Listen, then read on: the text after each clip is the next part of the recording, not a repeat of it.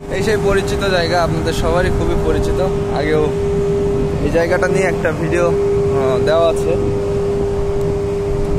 এটি আসলে খুলনা বিভাগের কুষ্টিয়া জেলার অন্তর্গত ভেড়ামারা থানায়। বাংলাদেশের ভিতরে সবথেকে বড় যে পাওয়ার গ্রিডটা আছে সেটাই। আজকে একটু ভিতর দিয়ে যাব, যে দেখাবো আপনাদেরকে। এই দেখতে পাচ্ছেন এখান দিয়ে কিন্তু হাই ভোল্টেজের যে বিদ্যুৎ সেটা কিন্তু যাচ্ছে। আর আমি এক প্রকার কি বলবো, আমি যেখানটাতে আছি এখানটাতে এক প্রকার মরণ ফাঁদ বলা যায়। এই যে এখানে কোনো প্রকার সেফটি ছাড়া ঢোকাই তো নিষেধ, জনসাধারণ তো প্রবেশ নিষেধ, আর তারপরে কোনো প্রকার সেফটি ছাড়া কেউ ঢুকতে পারবে না। সো তারপরেও সেফটি বিন এখানে ঢুকে পড়ছি। যাই হোক, অনেকে বলছিল দাদা একটু ভিতরটা দেখবো। সো ভিতরটা এই যে, এটা কিন্তু অনেক বড় এরিয়া, এটা অনেক বড় অনেক বড় অনেক বড়, প্রচুর বড় এরিয়া। পোস্টটা এদিকে, আর এখানে আসছিলাম, এখানটাতে আসছিলাম, এটা কন্ট্রোল রুমে আসছিলাম একটা কাজের জন্য। সো এবার পোস্টে আমি আবার ফিরে যাব, আমার পোস্টটা এই কর্নার বরাবর। সো এইখানে যে এটার বিস্তারিত একটু বলি। আজকে অনেক সুন্দর রোদ ছিল, আকাশের অবস্থাটাও দেখতে পাচ্ছেন, প্রচুর রোদ এর ভিতরে, এখানে প্রচুর রোদ।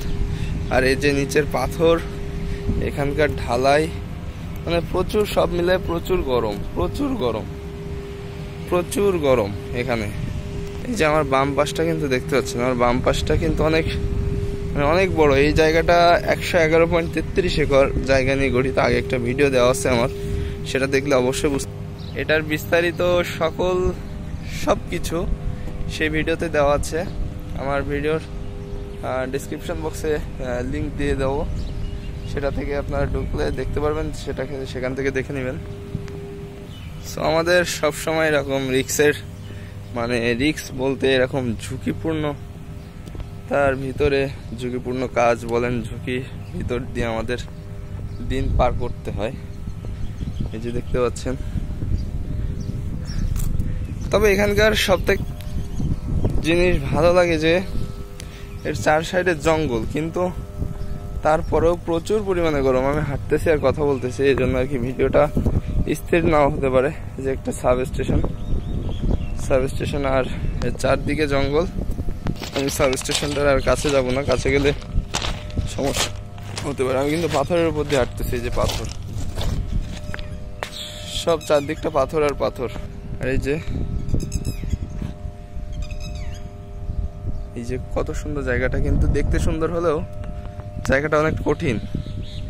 কেন, চারদিকে গরমের সময় যেমন গরম, ঠান্ডার সময় তেমন ঠান্ডা, প্রচুর পরিমাণে।